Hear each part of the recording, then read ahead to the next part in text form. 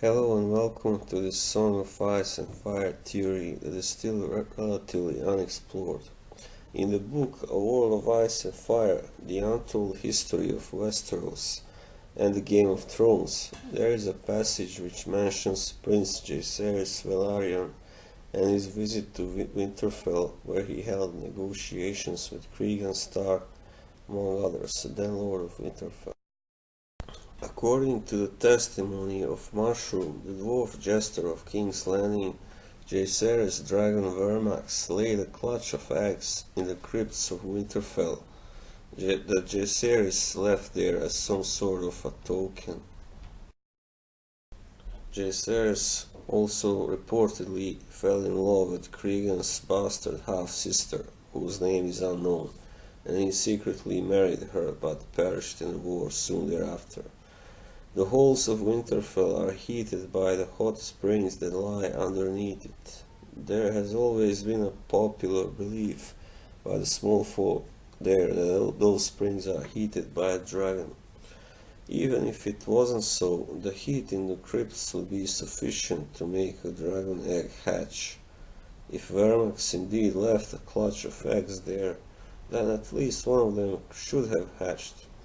Can this be the answer to the long-going theory that Bran will war the dragon?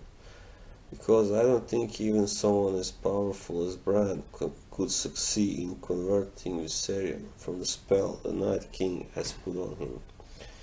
And if there is indeed a living dragon there somewhere, where is it hiding? Because had it been in the crypts, surely it would have been visible to the Starks, who have visited the crypts regularly for generations. Vermax lived 170 years ago, and I'm not sure how old dragons can get, but we know Valerian lived over 200 years. Could it be that Daenerys' dragons were spawned by one of the dragons from Winterfell?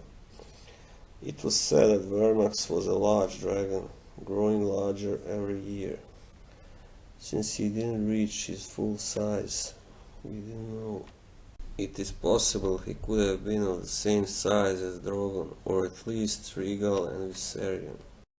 According to a fan theory, the dragon or the dragons hatched in Winterfell flew to the island of Skagos, which is the largest island in the north. In that case, it would be unlikely that it could be the progenitor of Drogon, Viserion, and Rhaegal, since those dragons were given to Daenerys by Illyrio Mopatis, a dealer from Pentos, and Pentos is very far away from the north. Since after the dance of dragons, all dragons were either killed or died, it is pretty logical that this dragon would not want to fly south and join the others. It is also quite impossible that Cregan Stark himself didn't know about the eggs being in the crypts, so it is likely that he might have moved them out of Winterfell. He went down south to King's Landing to join the side of Jaehaerys' mother Rhaenyra, and he ended up being the hand of the new king Aegon III for one day. Knowing that Aegon was not fond of dragons, I doubt he would have taken one of the dragon eggs to the king himself. So what could he have done with them?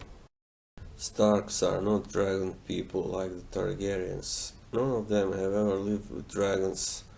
Therefore they could have not tolerated the sight of dragons living in their holiest part of the castle. It is also possible they might have destroyed the eggs, even if that theory doesn't fit in well with most fans. But it is possible that one of the dragons spawned by Vermax flew far away and laid the eggs which came into the hands of Illyrio eventually. That is a theory I like believing in. Thanks for watching and subscribe if you liked the video.